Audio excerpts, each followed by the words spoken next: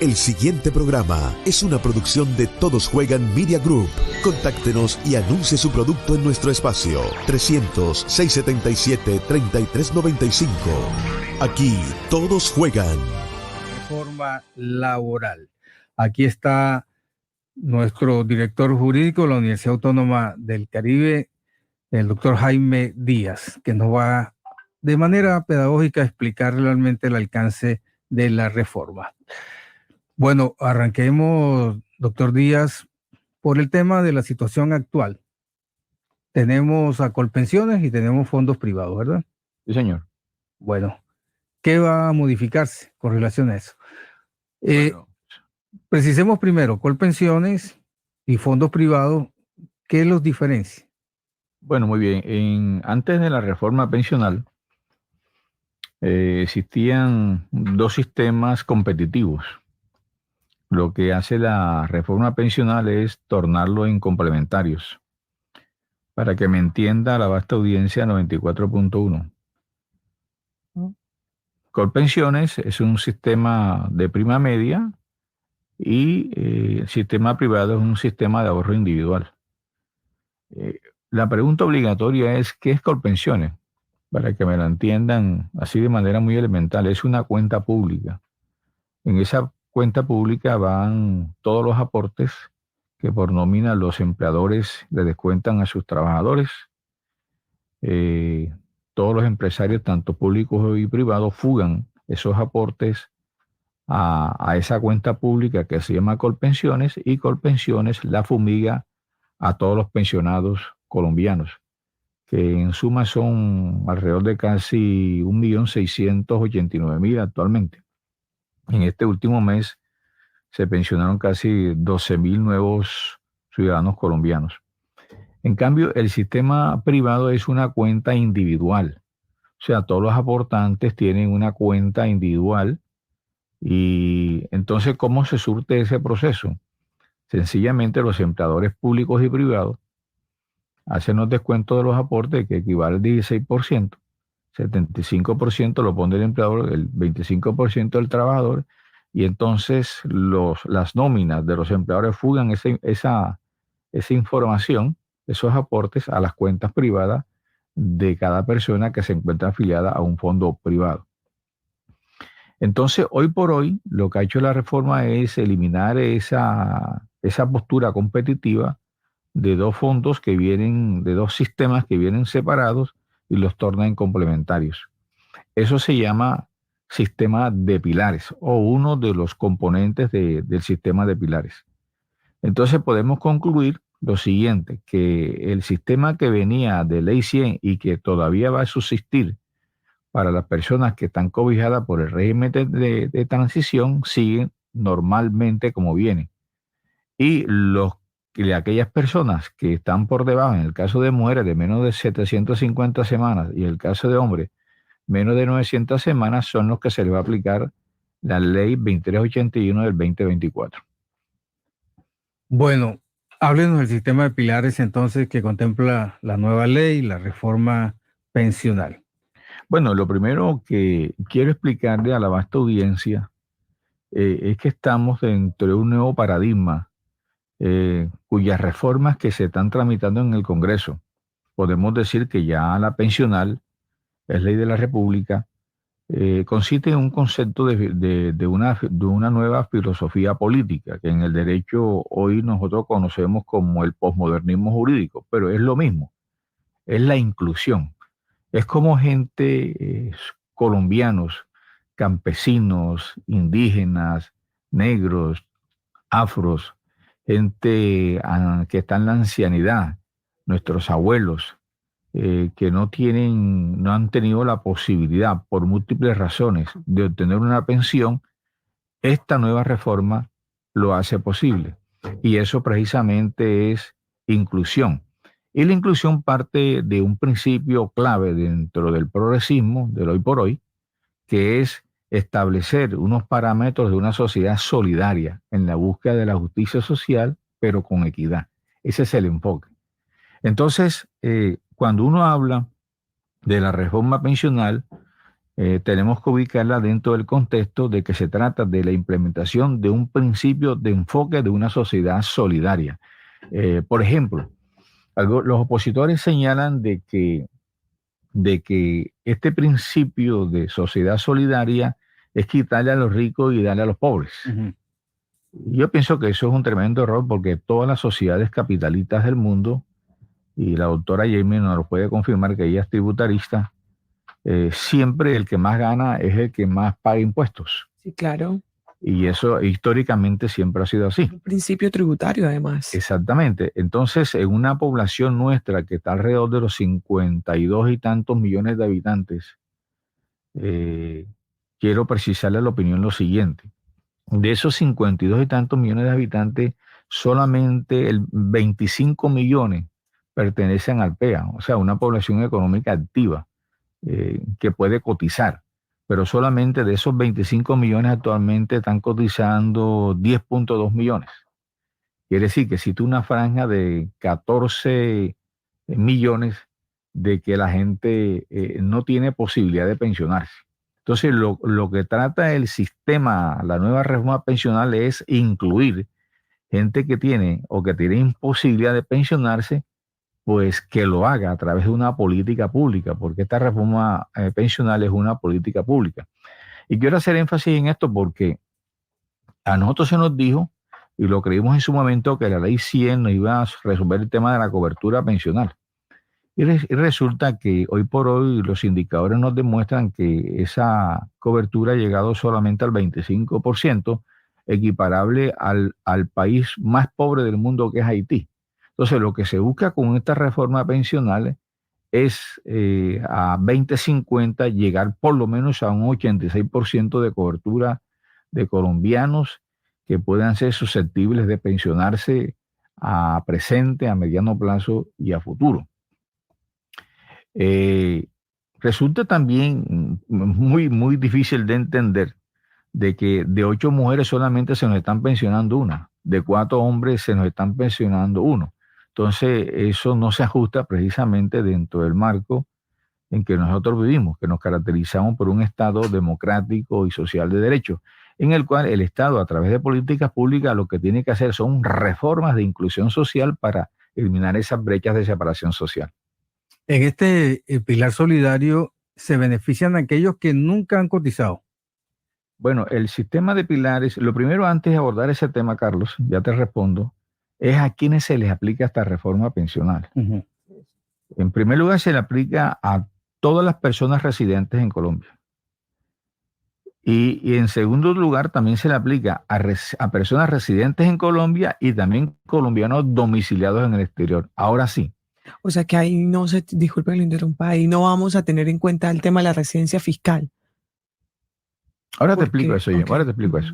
Entonces, lo que se trata es que a través del pilar solidario, que son nuestros abuelos, cronológicamente mujeres ancladas en 60 años y hombres en 62 años, que nunca han aportado al sistema y que se nos mueren de viejitos en estado de indignidad, es que el Estado los absorba, que esa es la función del Estado. El Estado no es malo, el Estado es buenísimo. El Estado es malo cuando se lo roban, se lo piratean.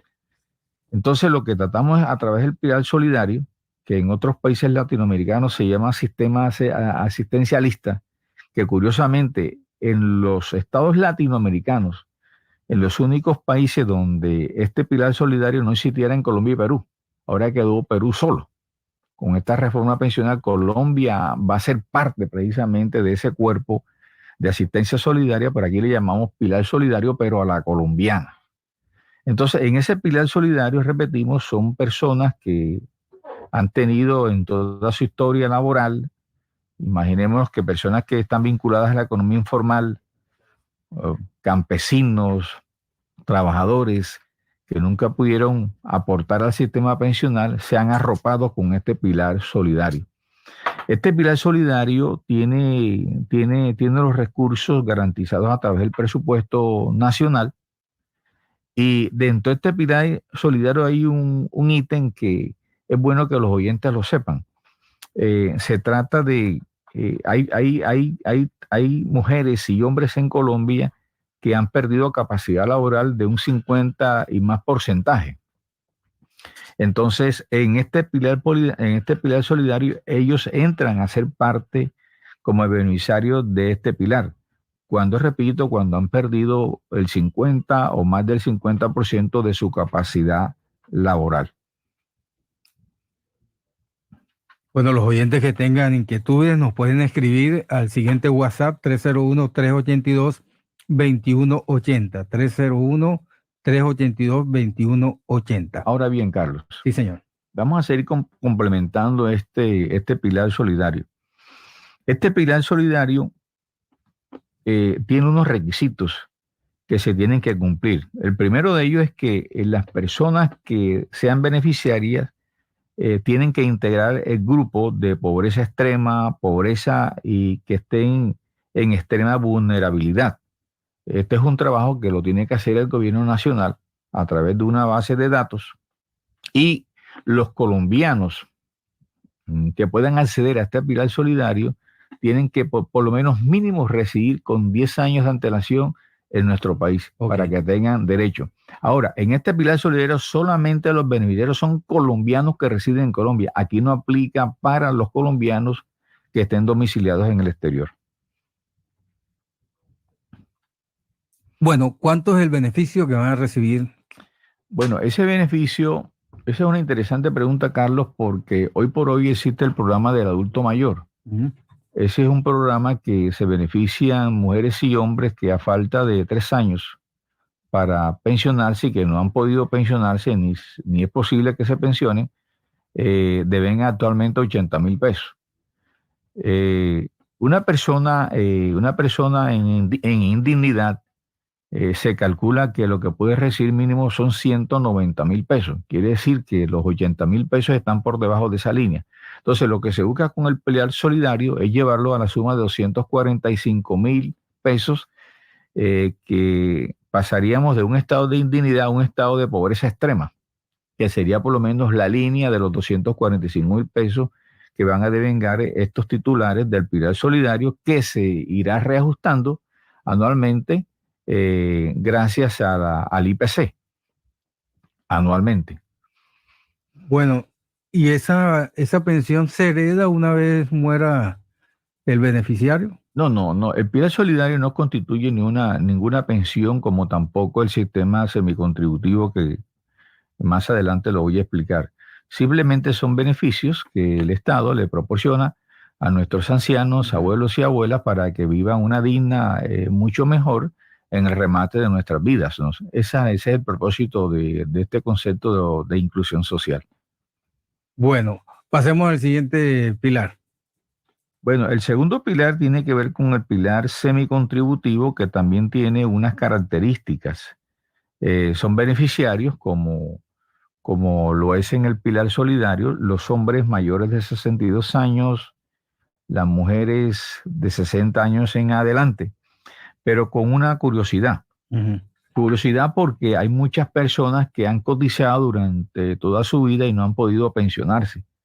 Entonces, la reforma pensional trajo un extremo. Aquellas personas que han podido cotizar 300 semanas y menos de 1,000, hay una ecuación para que esos aportes no se les devuelvan, sino que se les retribuya en otra oportunidad de ingreso. Por ejemplo, si una persona solamente logró aportar 600 semanas, la reforma viene y le da la oportunidad para que el Estado lo subsidie con un 30% adicional si es mujer y un 20% si es hombre. Quiere decir que en el ejemplo que he mencionado, si la persona tiene 600 semanas, podríamos decir que estaríamos ahí frente a una media pensión. En esa media pensión serían alrededor de 600 y pico mil de pesos. Lo interesante es que esas personas que aportaron, pero que no pudieron llegar a las 1,300 semanas y estén dentro de los extremos entre las 300 y las 1,000 semanas, pueden recibir también un beneficio por parte de la política pública del Estado. Este pilar semicontributivo tampoco es pensión, y tampoco genera, pues, la posibilidad de que cuando se muere la persona, que es la pregunta que me has hecho, pueda alegarse una pensión de sobreviviente. Aquí no existe ese fenómeno. Bueno, saltamos al siguiente pilar, el contributivo o complementario. Bueno, el sistema contributivo es un sistema que tiene por característica, y es lo que lo diferencia de la ley 100. En el sistema del nuevo pilar contributivo es que los dos sistemas se van a integrar. ¿De qué manera se van a integrar? Bueno, a partir de la vigencia de esta ley, que es el 1 de julio del 2025, y quiero hacer un paréntesis sobre el tema de las vigencias antes de ahondar en este pilar contributivo, es que cuando uno escucha los medios noticiosos nos están hablando solamente de una fecha de vigencia, 1 de julio del 2025, y quiero aclararle a la opinión, a los oyentes, que esta fecha, 1 de junio del 2025, es la vigencia del sistema general, del sistema vejez, de invalidez, de muerte, de sobrevivientes de esta nueva reforma.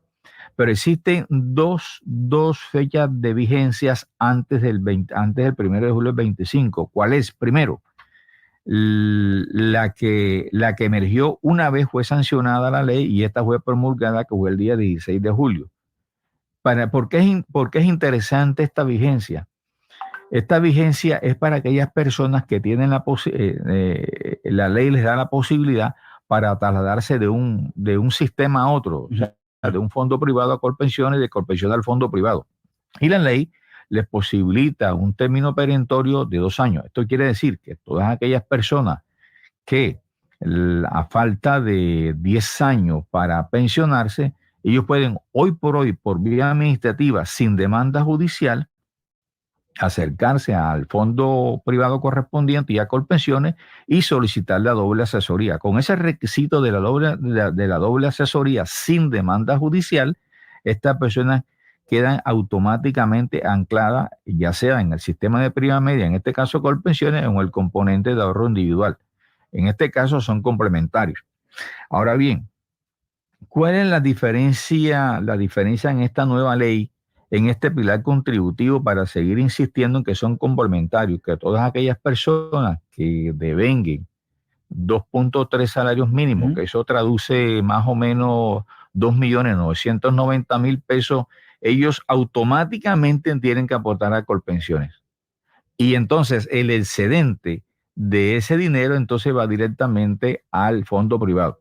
Ahora, ¿qué es lo interesante de este pilar contributivo, Carlos y oyentes? Que hoy por hoy los empleadores tienen que estar revisando ya sus correspondientes nóminas, porque a partir del 1 de julio del 2025 tienen que revisar en sus nóminas qué personas, en el caso de mujeres, tienen menos de 750 semanas, en el caso de hombres, menos de 900 semanas, y en ese caso ellos tienen que observar si su trabajador o trabajadora devenga menos de 2.3 salarios mínimos, ellos quedan en Colpensiones. Ellos tienen que remitir esos aportes a Colpensiones. Y si de esos 3.3 hay un excedente, entonces tienen que remitir el excedente a los fondos privados. Entonces, este es un tema muy delicado, porque los empleadores hoy por hoy tienen que, a partir de hoy, llamar a sus jefes de talento humano o jefes de departamento de gestión del talento humano, como se llaman otras entidades privadas o públicas, para que vayan revisando las nóminas qué personas a partir del 1 de julio del 2025 se les tiene que hacer la distribución de aportes para Colpensiones y de aportes para el fondo privado. Esto es lo que constituye el famoso umbral del cual se habló cuando se presentó el proyecto, ¿no? Que es el monto estipulado, un tope para que esos recursos que se obtienen con el 2.3 de salario mínimo pasen automáticamente a Colpensiones. Exactamente. Sí. O sea, vamos a aclararle. Para las personas que tienen mujeres más de 750 semanas y hombres más de 900 semanas, esto no aplica. Ellos conservan por el régimen de transición como viene. En ellos no hay problema. Estas son para personas que a partir del 1 de julio del 2025, mujeres tengan menos de 750 semanas y hombres que tengan menos de 900 semanas. Ahora, La propuesta inicial del gobierno, en este caso del presidente de la República, era que ese pilar fuese de 4 salarios mínimos, pero un acuerdo a nivel de las bancadas en el Congreso de la República se llegó al acuerdo de 2.3 salarios mínimos. Ahora, hay un tema que es interesante precisar, Carlos, porque es que los que se han opuesto a esta reforma pensional han venido planteando que 2.3 salarios, eso es muy altísimo.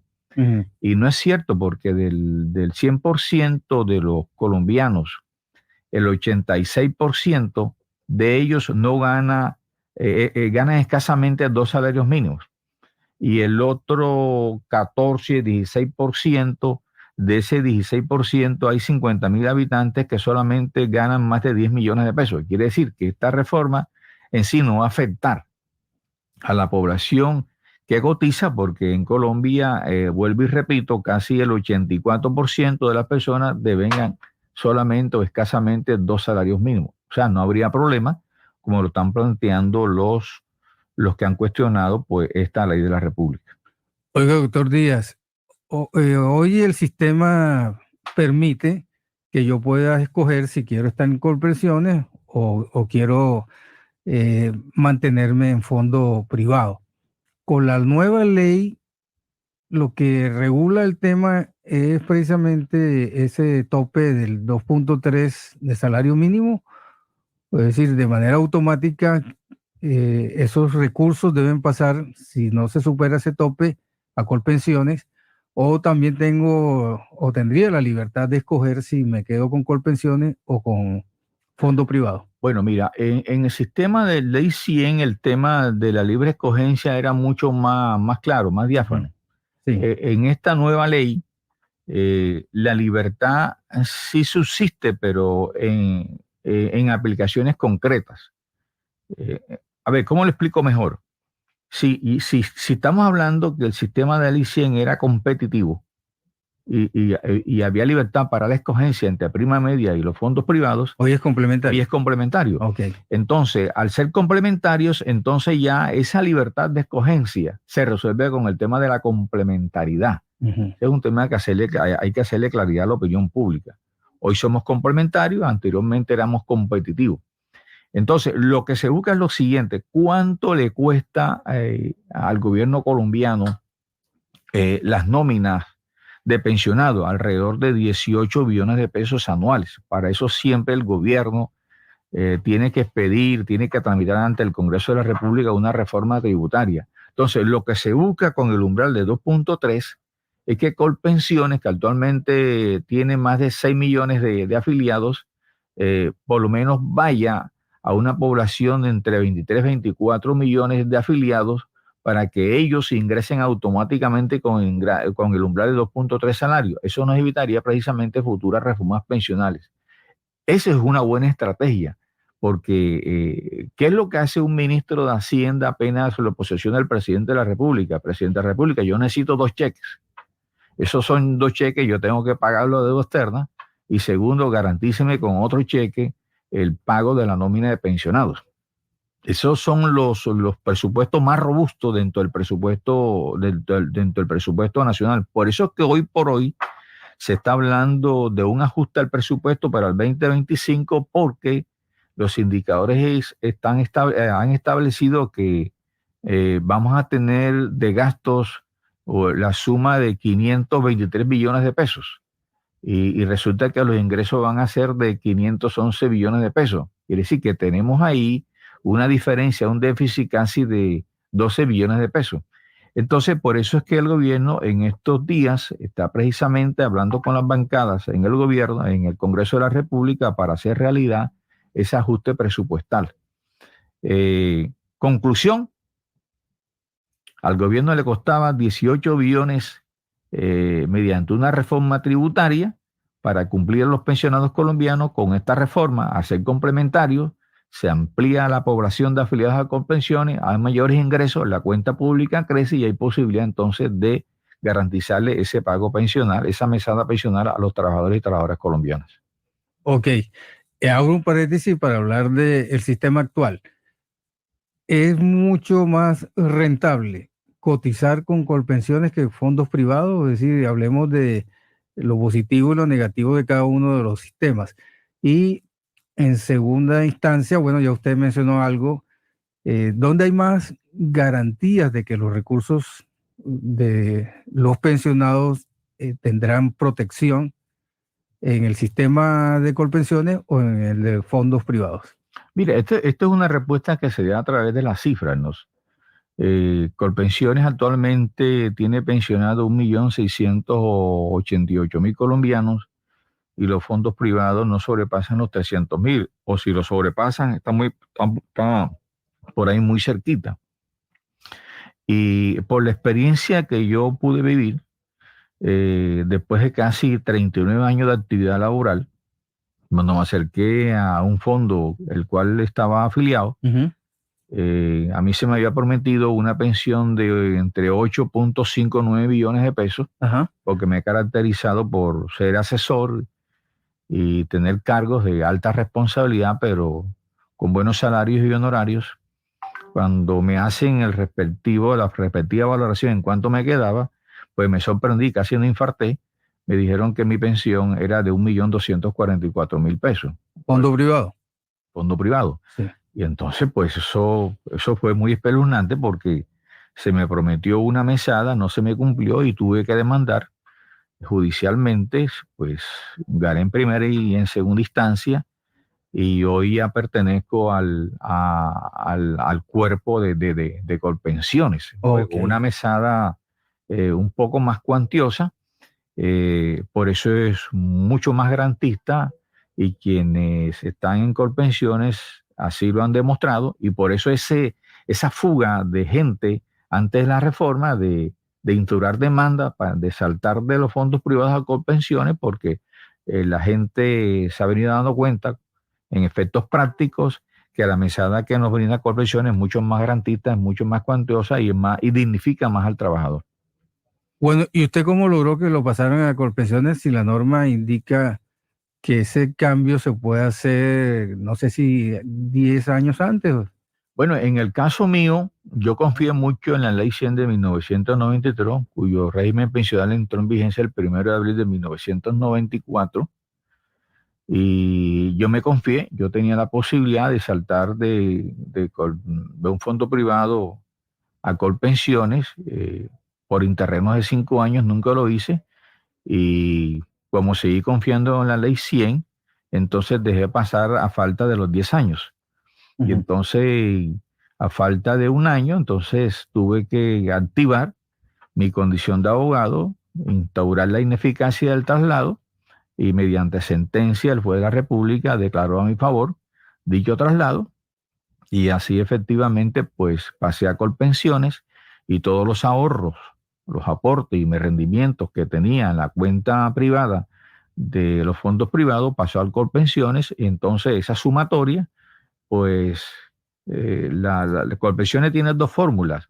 Si los 10 años con anterioridad me convienen para tabular mi mesada pensional, se me liquida con fundamento en los últimos 10 años. Y si me desfavorece, me liquidan todo el porcentaje de mi historia laboral, y entonces ahí se obtiene la mesada pensional. En mi caso se obtuvo, fueron los últimos 10 años. Correcto. Y promediaron entonces y de allí sale el valor de la pensión. De la mesada pensional. Correcto. Bueno, sigamos con el siguiente. Bueno, el otro pilar tiene que ver con el ahorro individual. Entonces, hay personas que desean mejorar el valor de la mesada pensional. Entonces, la ley le da posibilidad de un ahorro voluntario. Este ahorro voluntario, pues, tiene que ser reglamentado, así está establecido en la ley, pero quiero precisar en lo siguiente, porque esto hay que repetir lo que es el régimen de transición. Oyentes, trabajadores y trabajadoras, si usted, mujer, tiene menos de 750 semanas, hombre, si usted tiene menos de 900 semanas, usted es a quien se le va a aplicar esta reforma pensional. Mujeres que tienen más de 750 semanas, hombres que tienen más de 900 semanas, ellos siguen con el régimen anterior, quiere decir, quedan cobijados por el régimen de transición. Aritméticamente, si una persona está afiliada a un fondo privado, ellos pueden obtener una pensión de un salario mínimo hasta 25 salarios mínimos. Eso no ha variado. Y en el caso de los que están afiliados a Colpensiones, pueden obtener una pensión de un salario mínimo hasta el 80% del promedio, ya sea de los últimos 10 años de toda la historia laboral. Correcto. ¿Qué tanto afecta la ley pensional a quienes ya están jubilados? Bueno, nada. Es que esta ley no aplica para los que están jubilados o sea, que aquellos que reciben su mesada pensional todos los 30 o todos los 29, pues no tienen ningún problema. Ellos siguen su curso normal porque esta reforma pensional no es para ellos, los excluye completamente. Bueno, hablemos ahora de quiénes asumen lo que tiene que ver con el pago de cotización a Colpensiones o fondo privado. Hablemos de trabajadores vinculados directamente a empresas y los independientes. Bueno, bien, eso es una excelente pregunta, Carlos, porque la nueva ley trae una buena novedad en que hoy, ya sean trabajadores dependientes o independientes, o sea, aquellos que están vinculados mediante contrato de prestación de servicio, hoy por hoy el empleador es el que está obligado precisamente a hacer los descuentos del 25%. Ellos ponen el 75% y remiten eso a Colpensiones. Anteriormente no era así. Quienes teníamos un vínculo mediante contratos de prestación de servicio, nosotros mismos liquidábamos la pila. Hoy no. Hoy el empleado directamente es quien va a hacer el descuento de los honorarios y reportan esta información a través de la pila a Colpensiones. Eso varió radicalmente.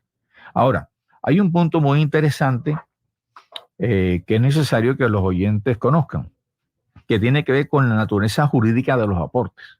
Los que están en los fondos privados, la naturaleza jurídica de esos aportes es de naturaleza privada. Esos son aportes del trabajador o de la trabajadora. Más aún, esos aportes ni siquiera son objeto de ganancia ocasional, conforme el estatuto tributario, ni tampoco esos ingresos constituyen renta. De tal manera que los que me están oyendo pueden estar tranquilos por ese lado, porque el artículo 55 del Estatuto Tributario dice que estos dos conceptos no hacen parte para nada, no tocan a las pensiones para nada. Y la otra confusión que existe es que si las pensiones son gravables o no, tenemos que decir determinante que no, salvo aquellas pensiones que sobrepasen los 47 millones de pesos, que eso en Colombia es muy escaso o son muy mínimos, pero de todas maneras pues tienen que tener la certeza, la seguridad, quienes me escuchan, quienes van en el taxi, quienes están en su trabajo, quienes todavía están en sus respectivos domicilios, que no hay impuestos sobre las pensiones, porque usted por lo menos usted se dedica a seguir las redes sociales y en las redes sociales pues le dicen tantas barbaridades que esas no son ciertas. Y lo cierto es que las pensiones en Colombia no van a ser objeto de impuestos, salvo las que estén oscilando más allá de 47 millones de pesos. Ahora bien, hay un tema que todavía sigue siendo de confusión a nivel de la opinión pública. Sí. ¿Quiénes van a administrar el dinero del nuevo sistema de pilares? O sea, de esta ley que va a entrar en vigencia el 1 de julio del 2025, el Banco de la República. Porque se decía de que esta reforma, lo que buscaba el gobierno era aprovecharse del 2.3% de umbral para tomar ese dinero e invertirlo en inversiones públicas y privadas. Pues le digo a los oyentes que eso es completamente falso. En la ley quedó claramente establecido que esos aportes el gobierno nacional no puede utilizarlos para inversión pública, para inversión privada. Estos aportes tienen destinación específica que están directamente relacionados para pagar mesadas pensionales. Esa es la función social de esos dineros y por tanto tienen destinación netamente específica. Eso es en el tema Colpensiones. en el tema de Colpensiones. ¿Los fondos privados sí pueden hacer uso de los recursos? No, eso es algo novedoso trajo esta ley, Sí. la 2381. Si uno cuando comienza a valorar el tema de la definición acerca de la naturaleza jurídica de los aportes en los fondos privados, se dice que son dineros de los aportantes, no son de las administradoras, no son de la nación, no pertenecen a los ingresos corrientes de la nación, sino son de los aportantes.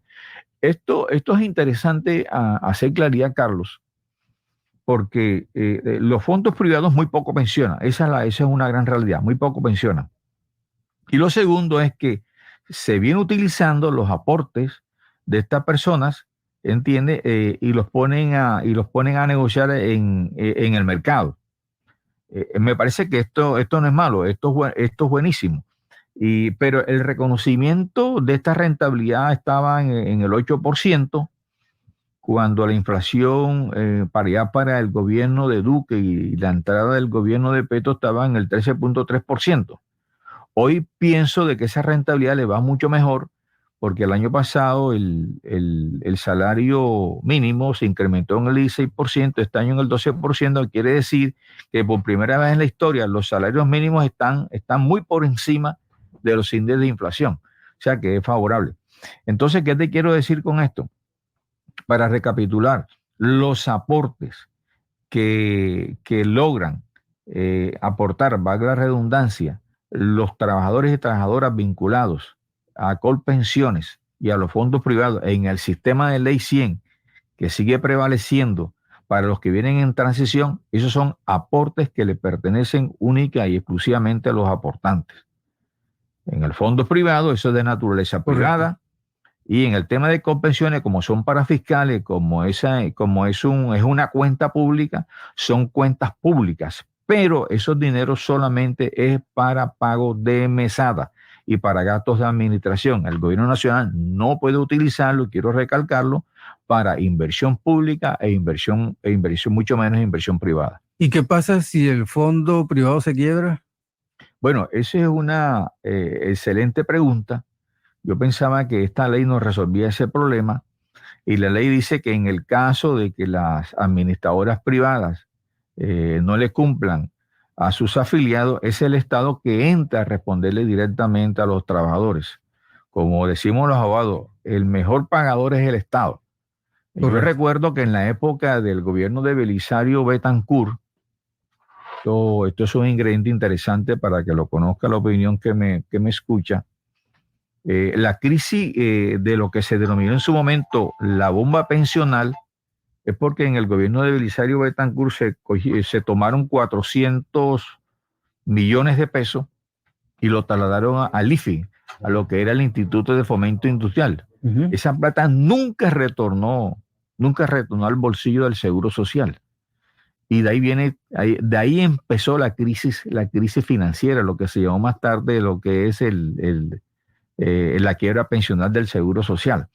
Entonces, lo que se trata hoy por hoy es impedir que esos dineros que son de los aportantes sean de los aportantes y sean la garantía para la obtención de una mesada pensional. Aquí aplica el principio de universalidad o el principio generacional.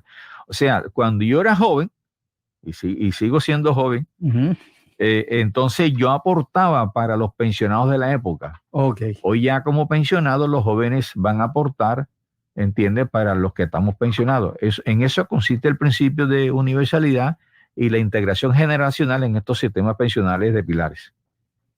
Pero bueno, hoy existe una preocupación, y es que desafortunadamente las empresas ya no están garantizando la estabilidad laboral y hacen contratos que no demoran mucho, 3, 4 meses, y luego los van renovando. Y entonces la gente no tiene esa garantía de la continuidad laboral que se presentaba en el pasado. Bueno, Carlos, mira, esta es una interesante pregunta porque en el año del 1994, la hegemonía del contrato indefinido era del 90 y casi del 94, 95%. y los contratos a término fijo estaban oscilando en el 5 o 6%. Correcto, con la Ley 50 de 1990, su momento el ponente fue el expresidente Álvaro Uribe Vélez, también es senador, las cosas cambiaron. Las cosas cambiaron, ¿por qué? Porque esa reforma trajo una modalidad de contratos a término fijo en 3 modalidades. Un contrato inferior a 1 año, o sea, menos de 11 meses, un contrato de 1 año y un contrato a término fijo de 3 años. Entonces, esta regla que en el Código Sustantivo del Trabajo de 1950 era la excepción, se tornó entonces hoy por hoy en la regla general. Hoy casi todos los empleadores contratan a través de modalidades de corta duración, 1 mes, Sí. 2 meses, 3 meses. Entonces, ¿qué pasa? Que estos contratos de corta duración pierden la secuencia en que los trabajadores siguen aportando y eso desmembra el caudal del Fondo Común de Colpensiones. Entonces, la reforma laboral que precisamente se está tramitando en el Congreso es que se inviertan los papeles, que el contrato indefinido se convierta en la regla general para garantizar la secuencia de los aportes. Y por eso es que la reforma pensional, sin una reforma laboral que resuelva ese problema, vamos a seguir con los mismos problemas, con ese déficit en cuanto a que tenemos que cumplir a los pensionados mensualmente. O sea, ya entramos aquí en terreno de la reforma laboral, que debe de alguna manera complementar lo que establece la pensional. Sí, mira, la reforma laboral tal como se ha conocido en los proyectos y la que está tramitando en el Congreso de la República actualmente, es una reforma más reivindicativa que generadora de empleo. ¿El por qué? Porque lo que se busca es que los domingos y feriados se les pague a los trabajadores. Hoy se le paga el 75%, anteriormente estaba en el 100%, la 789 del 2002, que fue una reforma también de Uribe Vélez, lo reduce al 75% y lo que se trata es de que eso vuelva a su normalidad, al 100%, pero de manera gradual, pero siempre buscando el 100%. Igualmente, pues los recargos nocturnos que desaparecieron con esa reforma.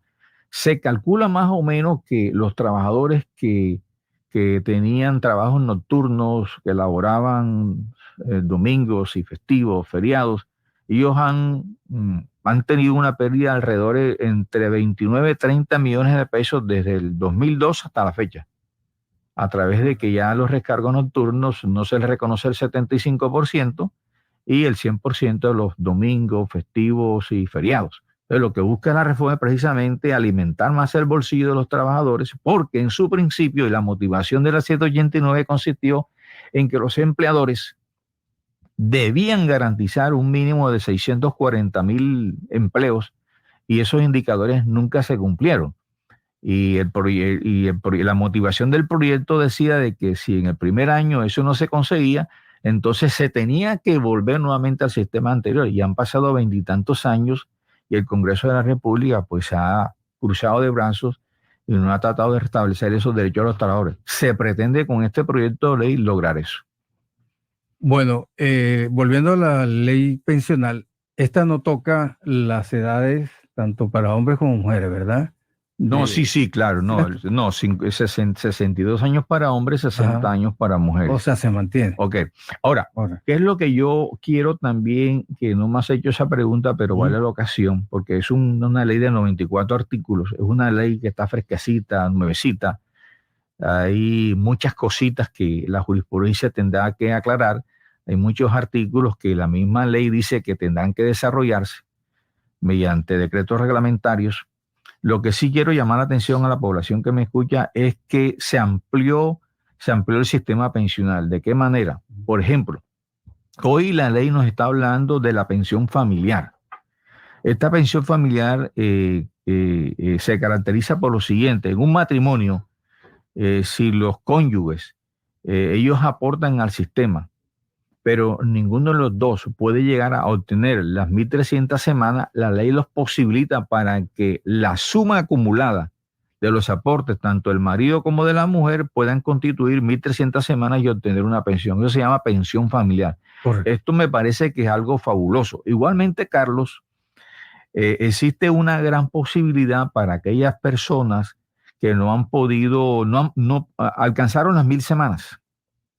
Y de esas 1.000 semanas se les imposibilitó ya alcanzar las 1.300 semanas y ya cumplieron las edades, 62 años hombre, 60 mujeres. Entonces, la nueva ley les permite a ellos pensionarlos de manera anticipada. Quiere decir que una persona con 1.000 semanas, hoy por hoy se le anticipa, se le pensiona anticipadamente y de la mesada que van a recibir mensualmente se le va a descontar los aportes hasta alcanzar las 1.300 semanas. Ellos quedan libres de los aportes y siguen su rumbo como pensionados. Esto es maravilloso. Este tipo, porque hay personas que tenían 1.000 semanas y estaban en el tibiritábara, no se pensionaban, entonces esperaban la edad para solicitar entonces la devolución de aporte, ya sea por el fondo privado, la indemnización sustitutiva por el tema de la prima media, por el régimen de prima media. O sea, la devolución de los aportes, en caso de que no se alcance la semana de cotización exigida, se puede dar en ambos. Bueno, mira, en los dos sistemas varía. Dos sistemas, sí. En el fondo privado es devolución de aporte con los rendimientos del caso. Y en el sistema de prima media es si la persona tiene 299 semanas y no alcanza las 300 semanas, ahí se opera el criterio de la indemnización sustitutiva. La diferencia es que la indemnización sustitutiva se le retorna al afiliado, pero con fundamento en el IPC, correcto. Y en el tema de los fondos privados es el capital más los rendimientos que se hicieron posibles a partir de cómo está la rentabilidad en el mercado. Ok, bueno, la ley habla también de enfoque de género. Sí, claro, Carlos. Sí. Mira, Okay. El enfoque de género es un tema que trajo esta nueva ley, porque nuestras mujeres, como yo lo decía al principio, de 8 mujeres solamente se nos pensiona una. Y el enfoque de género no es otra cosa dentro del posmodernismo jurídico que hoy, desde el punto de vista de la filosofía política, se le conoce como progresismo, no es otra cosa que incluir a la mujer en la reforma pensional. O sea, las mujeres en Colombia se mencionan menos que los hombres, tienen menos puestos de trabajo con los hombres. Sin embargo, la mujer es la que pare. La mujer es la garantía, Carlos, de la reproducción. Si no hay vientres, no es posible que nazcan niños. Yo recuerdo cuando yo estaba jovencito, caminaba a las calles de Sincelejo y me encontré con un almanaque que decía que siempre que nace un niño es la esperanza de Dios en los hombres. Entonces, el enfoque de género es un mensaje directo de que esa mujer excluida entiende, es reivindicada con la inclusión en esta reforma pensional. ¿De qué manera? Esta es la pregunta interesante. Cuéntenos, ¿De qué manera? Sí, señor. A partir del 1 de enero del 2025, por cada año que pasa hasta el 2036, a las mujeres se le va a descontar 25 semanas por año. Quiere decir de que del 1 de julio del 2025 al año del 2036, la mujer se va a pensionar con 1.000 semanas. Con 1.000 semanas. Esto es un foco de género.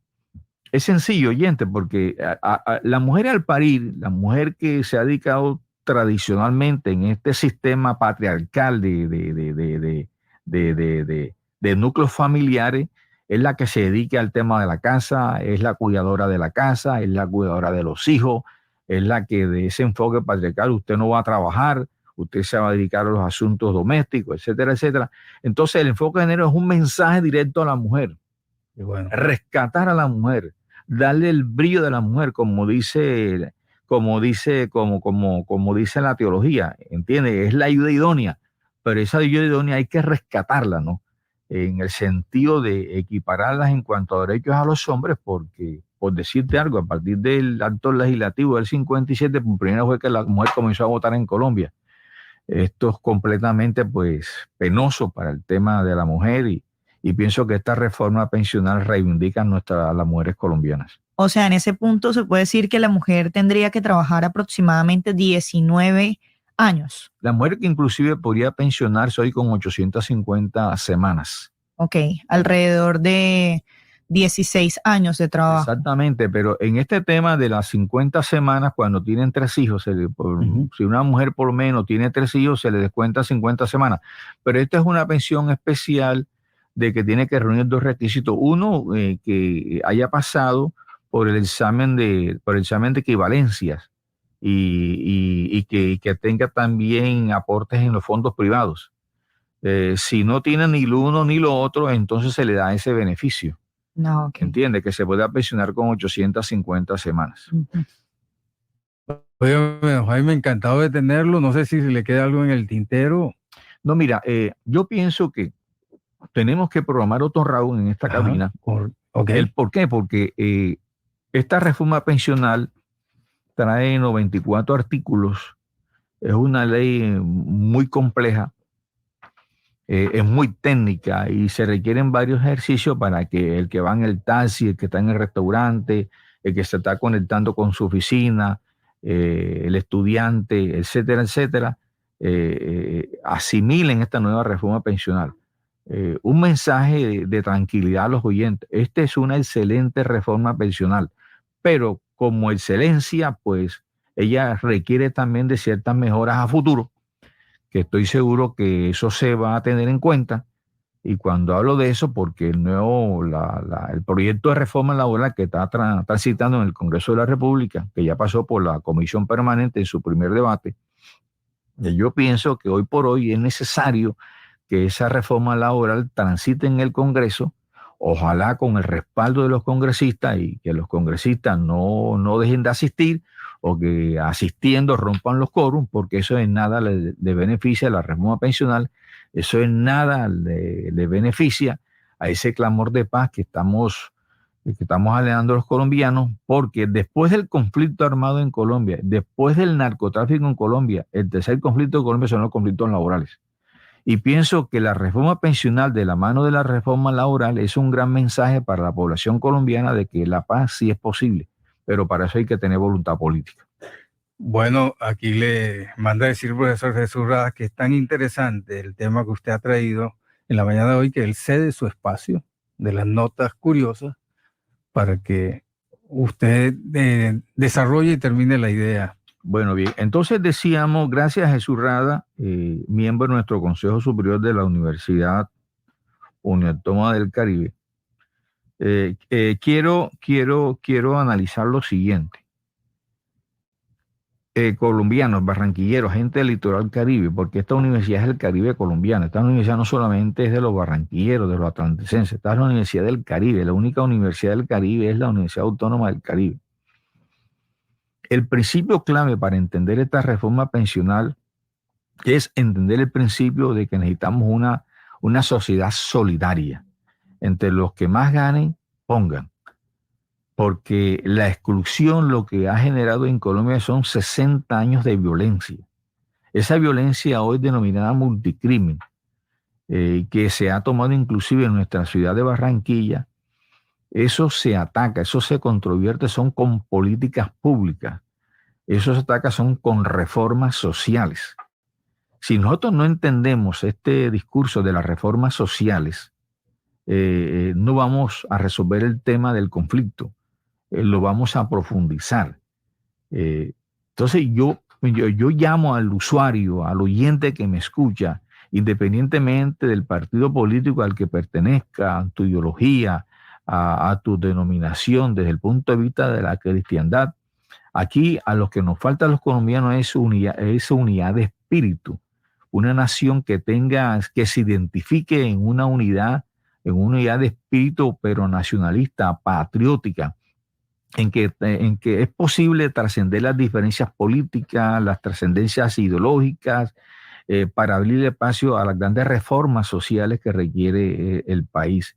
Y pienso que así como la reforma pensional hoy por hoy fue sancionada y fue promulgada el día 16 de julio, requerimos también de una reforma laboral, de una reforma de la salud. Esta reforma de la salud, pues con los últimos acontecimientos que la Contraloría General de la República le ha dado al país, donde el asalto donde el asalto al dinero público, al patrimonio público, son de billones y billones de pesos. Yo creo que los colombianos requerimos también de una reforma a la salud para que la gente en los territorios, lo que se conoce como la Colombia profunda, la salud pueda llegar hasta allá, que llegue al Chocó, que llegue al Putumayo, que llegue al Casanare, que llegue al Cauca, donde están los conflictos. Aquí en la ciudad no tenemos conflicto armado, los conflictos están en la Colombia profunda, en los territorios. Entonces, allá la salud no llega. Por eso con beneplácito, oyentes, recibimos el fin de semana anterior que una cadena empresarial como es el Éxito vaya al Chocó y le diga a los campesinos, aquí estoy yo para yo comprarles sus cosechas, para romper esa cadena parasitaria intermediaria, que es lo que carece el producto cuando tú vas a un supermercado, cuando tú vas a una tienda. Entonces yo pienso que esas brechas sociales hay que apartarlas del medio, para acercar al campesino, acercar al afro, acercar al negro, acercar al indígena, para que ellos también sean actores y destinatarios de esta reforma pensional, que la reforma pensional los incluye. Lo que se requiere es un decreto reglamentario, como sería el tema de la pensión para los campesinos, la pensión para los afros, la pensión para los negros, la pensión para los indígenas, etcétera, etcétera. Y todo esto es inclusión social. No hay, doctor Jesús Rada, no hay explicación alguna, no hay justificación alguna que el arroz que comemos, la yuca que comemos, la uyama que comemos, el plátano que comemos, que el suero, que eso venga del campo y los campesinos colombianos no tengan pensión. Eso es algo que no tiene explicación. No es posible que la cobertura actual que tenemos a nivel de pensión sea del 25%, equiparable a la misma que tiene Haití. Eso es inexplicable. Eso no tiene justificación en nuestra historia republicana. Y eso es lo que hay que cambiar. Bueno, tengo varias preguntas de gente que no lo quiere dejar ir todavía. Por ejemplo, nuestro compañero Oscar Rosales quiere saber, en su concepto, usted que es también conocedor del derecho constitucional, si ve viable que se caiga o no la reforma debido a que ya la Corte admitió la demanda de la senadora Paloma Valencia. Bueno, cuando uno presenta una demanda en sede constitucional, lo normal es que las demandas se admitan. Eso no es algo anormal, eso es algo procesal y tiene que darse. Eso se llama debido proceso constitucional.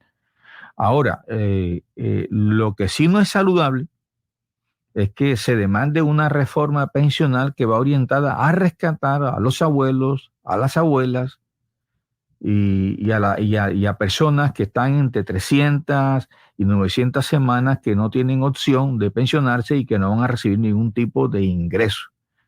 Entonces yo pienso de que demandar la reforma pensional, porque ciertamente en el remate del debate en Cámara de Representantes fue casi a pupitrazo, que no es la única ley. En todos los gobiernos aquí se han aprobado leyes a pupitrazo, pero esta ley es la excepción por cuanto de las pocas leyes en Colombia que se han discutido y debatido durante 3-4 meses fue esta reforma pensional, con los gremios, con los organismos multilaterales, con las universidades, con las organizaciones sindicales de los trabajadores. Es una reforma que eso se ha debatido en todos los escenarios a nivel nacional y no hay razón alguna para que una reforma que beneficie a una población excluida de 200 años de historia republicana se caiga precisamente por intereses mezquinos, intereses hipócritas.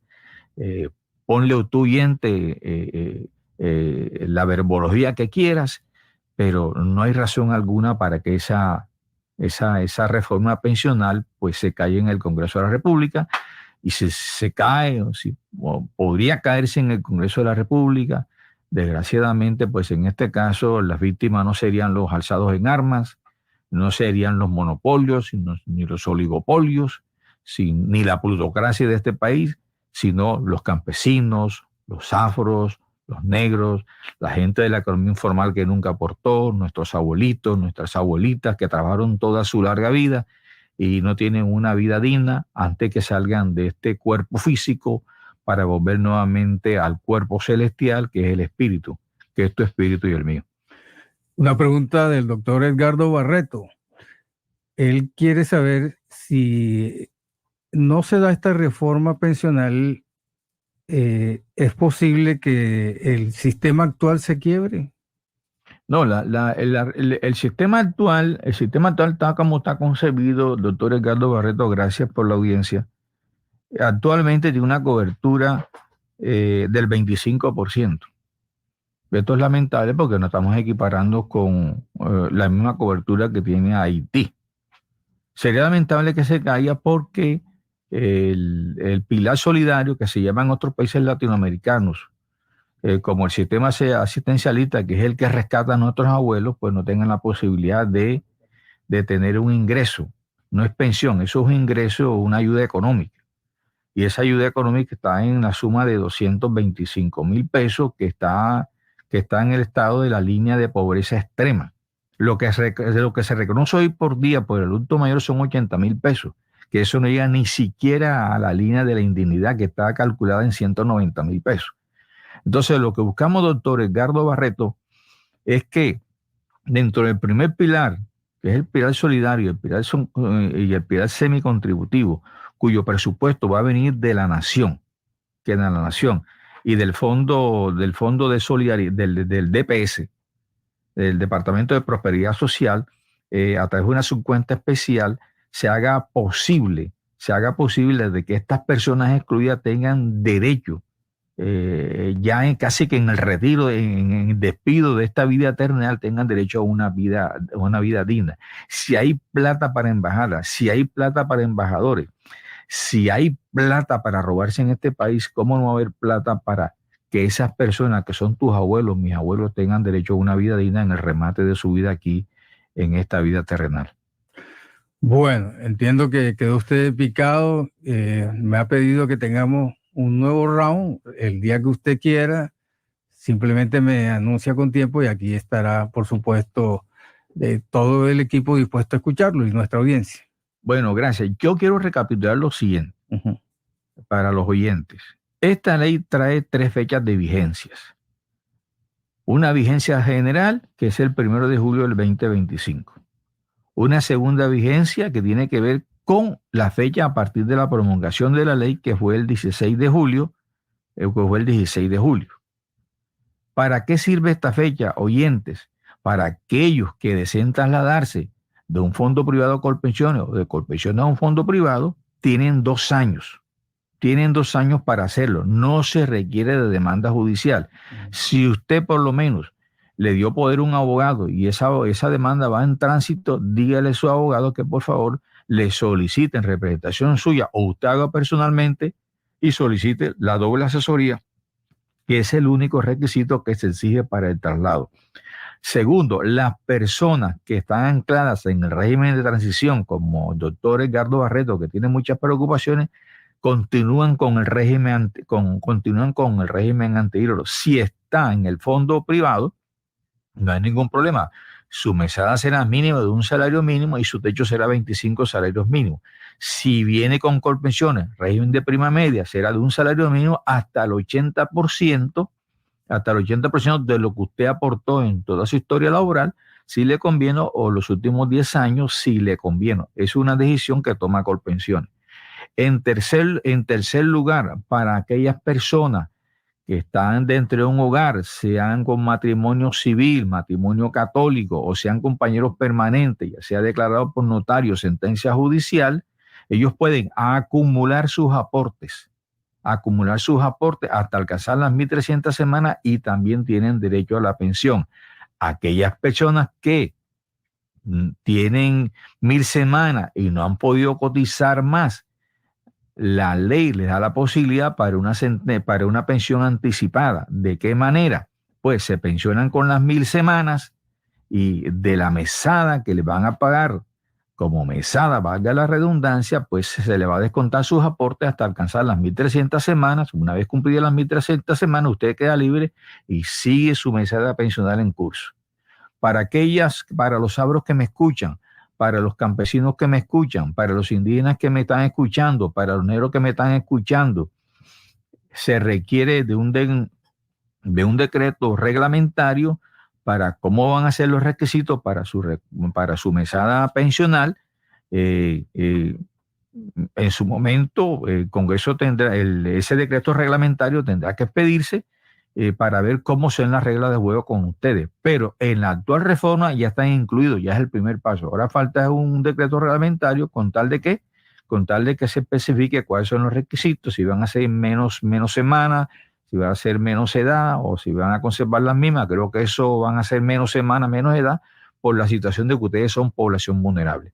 Y finalmente, le quiero hacer un llamado a las mujeres. Esta reforma pensional, distinguidas mujeres, las olvidadas de este país, ustedes pueden pensionarse con 1,000 semanas y no con 1,300 a partir del 1 de julio del 2025, porque a partir de cada año que transcurra hasta el 2036 se le van a contar 25 semanas por año. Quiere decir que ustedes pueden pensionarse con 1,000 semanas. Y aquellas mujeres que tengan 3 hijos, por cada hijo se le va a reducir a 50 semanas. Quiere decir que ellas pueden pensionarse con 850 semanas. Esta ley es maravillosa, esta ley es una bendición, esta ley no es una ley perfecta, porque nada de lo que fabrica el hombre es perfecto, solo Dios es posible en él encontrar su perfección, y tú y yo somos extensión de ese amor. Pues entonces yo los llamo desde esta cabina a apoyar, a mantenerse firmes y en la línea correcta para defender la vigencia de esta reforma pensional. A ti, Carlos, muchas gracias. A nuestro señor rector, muchas gracias. Por acá, de manera humilde, cuando me quiera citar, con mucho gusto, pues hablaremos no solamente de la reforma pensional, hablaremos de otros temas jurídicos y algunos problemas que son de inherencia de la universidad, que se requiere que la comunidad universitaria y el litoral caribe conozcan más de cerca de la universidad. Y a los padres de familia que me escuchan, tenemos chance de matrícula hasta el 31 de agosto. Por favor, acercarse a nuestra universidad. Las matrículas van muy bien. Les informo que estamos timoneando bien la universidad en cabeza de nuestro señor rector Jorge Enrique Senio Martín y todo su equipo de gobierno, y trataremos en medio de las dificultades pasar esta pesadilla, pero nos sentimos bien, estamos timoneándola bien y esperamos de ustedes pues que padres de familia vengan a matricular a sus hijos a nuestra queridísima Universidad Autónoma del Caribe, la mejor del Caribe. Así es, así